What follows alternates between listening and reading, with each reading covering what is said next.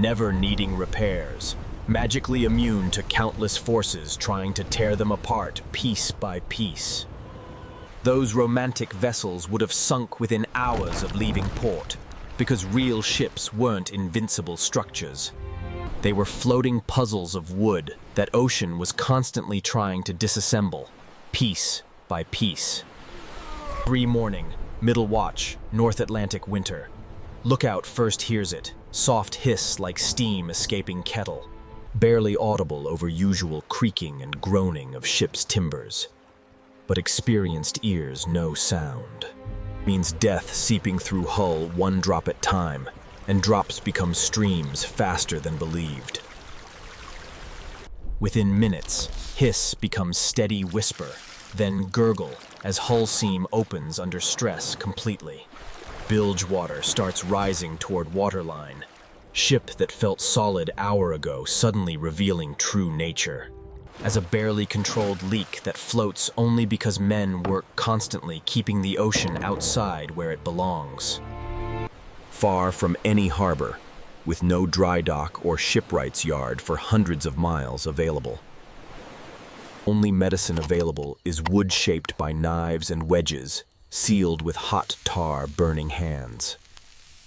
Pirates learned to think of carpenter not as craftsman, but as ship's doctor, using primitive tools. Ocean doesn't wait for convenient repair schedules or perfect working conditions. It finds every weakness, probes every joint, tests every seal with relentless pressure that never stops, sleeps, or shows mercy. Understanding where leaks come from was first step in staying alive on wooden ship completely. Because different types of hull failures required different repair techniques, and using wrong approach wasted time. Most leaks developed along plank seams, long joints where individual boards met edge to edge, forming hull. These seams originally caulked with oakum and sealed with tar, but constant flexing gradually worked loose, creating gaps that invited ocean inside, with every roll and pitch of vessel in waves. Butt joints, where plank ends met, were particularly vulnerable because they couldn't be caulked as effectively. Garboard seam, where bottom planks joined keel, bore enormous stress and frequently developed dangerous leaks. Weepers were small, persistent leaks where metal fastenings had worked loose over time, creating holes. That might seem harmless individually, but could collectively let in dangerous amounts of water constantly. Heat made wood swell and close gaps, while cold made it shrink and open new ones.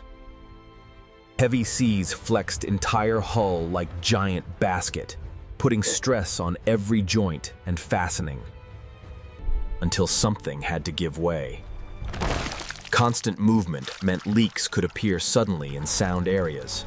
Ship's carpenter learned to read vessel like physician examining patient, using sound, smell, and fingertips, creating mental map of every damp spot and potential weak point in rolling, creaking cave surrounding.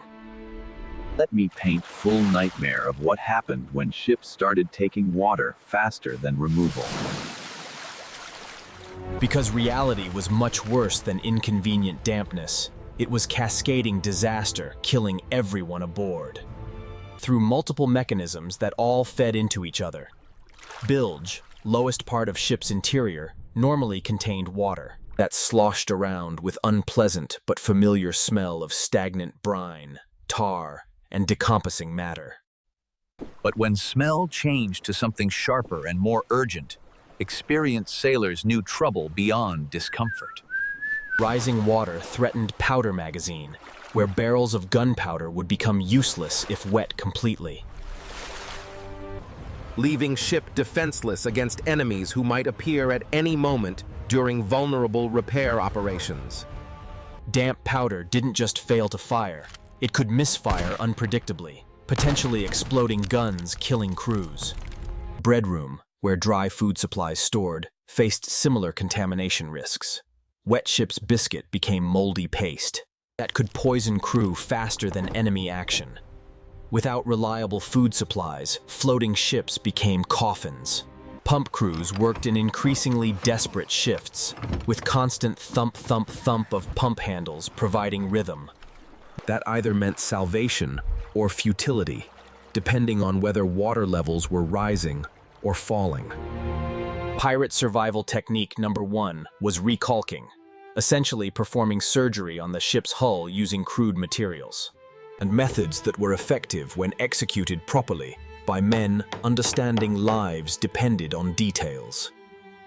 Process began with preparing oakum, tarred fiber created by teasing apart old rope until individual strands could be twisted together into material that would expand when wet and create watertight seals. Pirates saved every piece of worn rope specifically for this purpose, because oakum was literally insurance. That could mean difference between floating and sinking. Caulking irons, specialized wedge-shaped tools, were used the driving Oakum deep into hull seams, with wooden mallets providing force needed to pack fiber tightly, enough to resist water pressure. Work required steady hands and precise timing, because ships rolling ocean made it difficult to aim accurately while working in cramped, poorly lit spaces below. Hot tar came next, heated over carefully controlled galley fires and applied to coat seams. With waterproof sealant that would lock out sea, tar had to be hot enough flowing into every tiny gap, but not so hot that it would burn oakum or wooden hull. Working with molten tar on moving ship required skills taking years to develop and courage separating. Experienced sailors from terrified landlubbers. Repair process was surgery performed in storm, men crouched in bilge.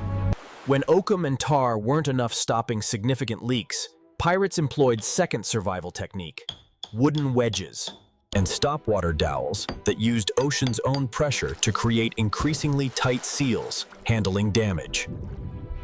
Softwood wedges were carefully shaped with tapered profiles that would expand dramatically when soaked with seawater. Pine and fir were particularly effective because they swelled quickly and maintained expansion under pressure. Wedges were cut to match specific hole sizes and leak patterns, creating custom repairs for problems. Stopwater dowels, wooden pegs designed to seal fastening holes where metal bolts had worked loose, were turned on makeshift lathes or shaped by hand to fit precisely into openings letting in streams. These dowels were often the difference between a manageable leak and catastrophic failure that could overwhelm pumps. The installation process required precision and confidence. Each wedge or dowel was smeared with hot tar to provide additional sealing, then hammered home with measured force, driving wood into gap. Without splitting surrounding planking, too little force and repair would blow out under pressure completely. Too much force and hull could be damaged beyond repair. Once installed, wooden repairs trimmed. Flush with hull surface using sharp knives and chisels, creating smooth patches that wouldn't catch. When hull damage was too extensive for wedges or caulking, pirates employed most sophisticated technique. The graving piece, essentially wooden bandage that could cover large holes or damaged areas with patch. Strong enough to handle ocean pressure and ship movement for extended periods of sailing time. Graving piece was carefully shaped plank section, beveled around edges to create smooth transition completely. That wouldn't catch water flow or create stress concentrations. Patch had to match hull's curvature. Precisely, requiring skilled carpentry work performed with hand tools in cramped, wet conditions where measuring twice and cutting once could mean difference between salvation and disaster for everyone aboard ship. Installation process began with preparing damaged area, cleaning away loose wood and creating smooth surface. that would accept patch without gaps or irregularities.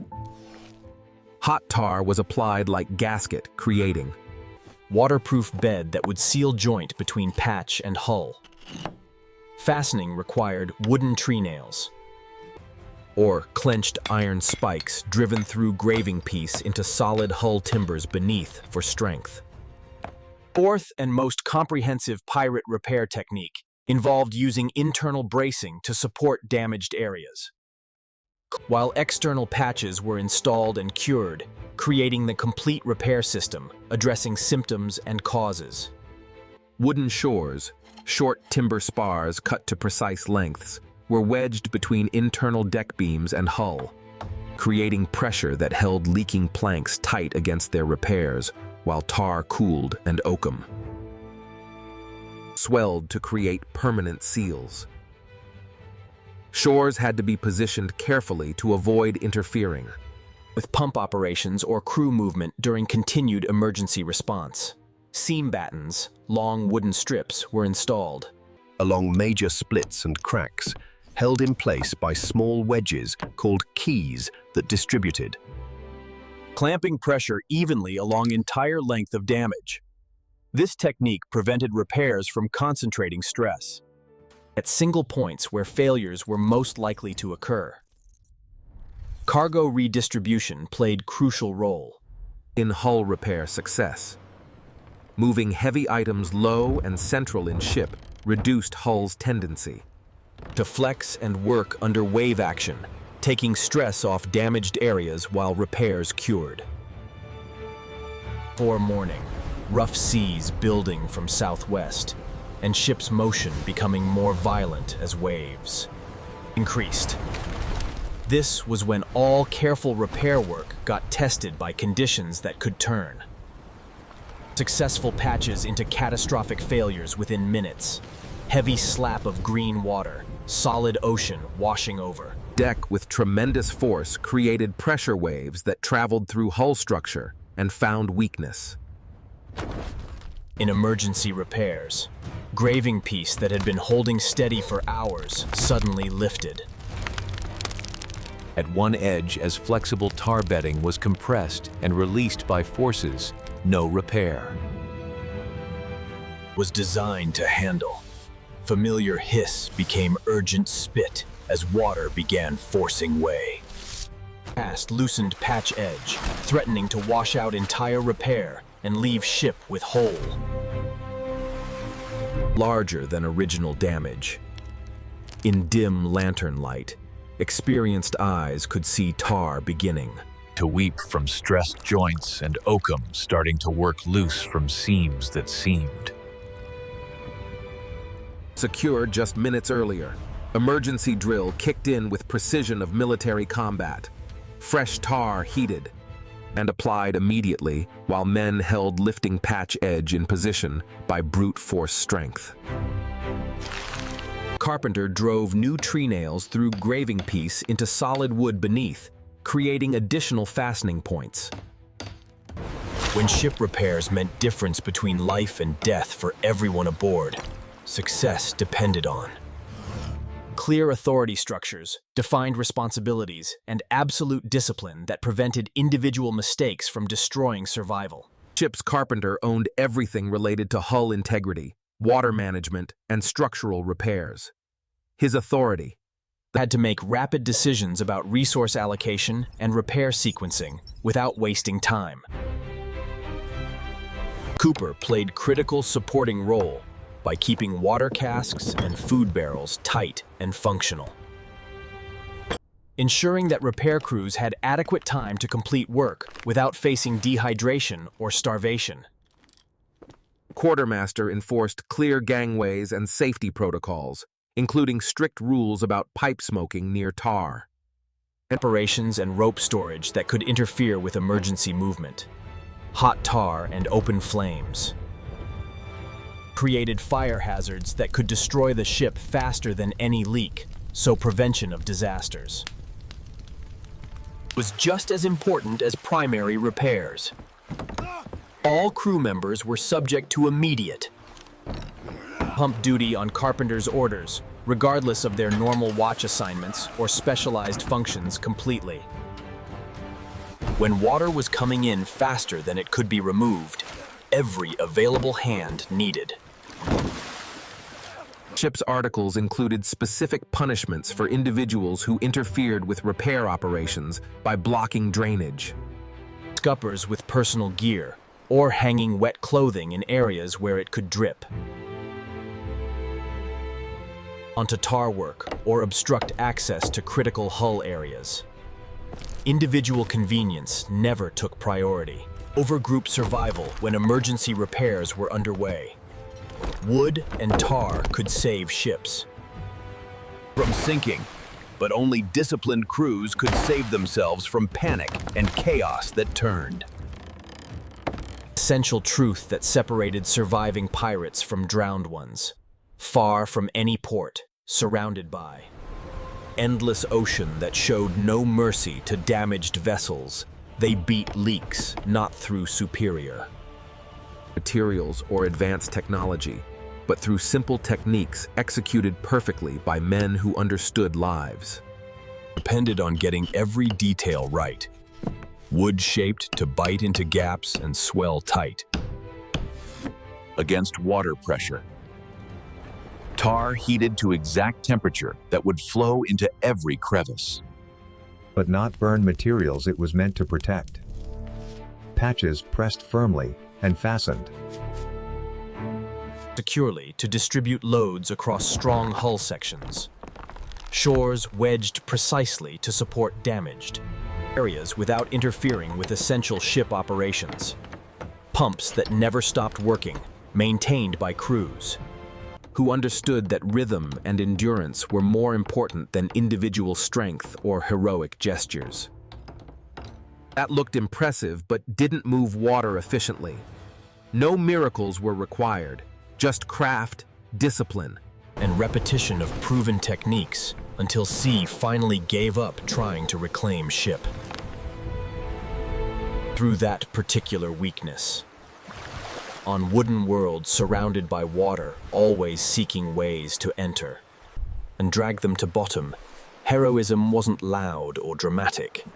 Heroism was quiet thud of caulking mallet driving oakum deep into hull seams, careful shine of fresh tar applied. With steady hands despite dangerous working conditions, and ship that kept her promise to float. because men refused to let her break that promise through neglect or panic under pressure.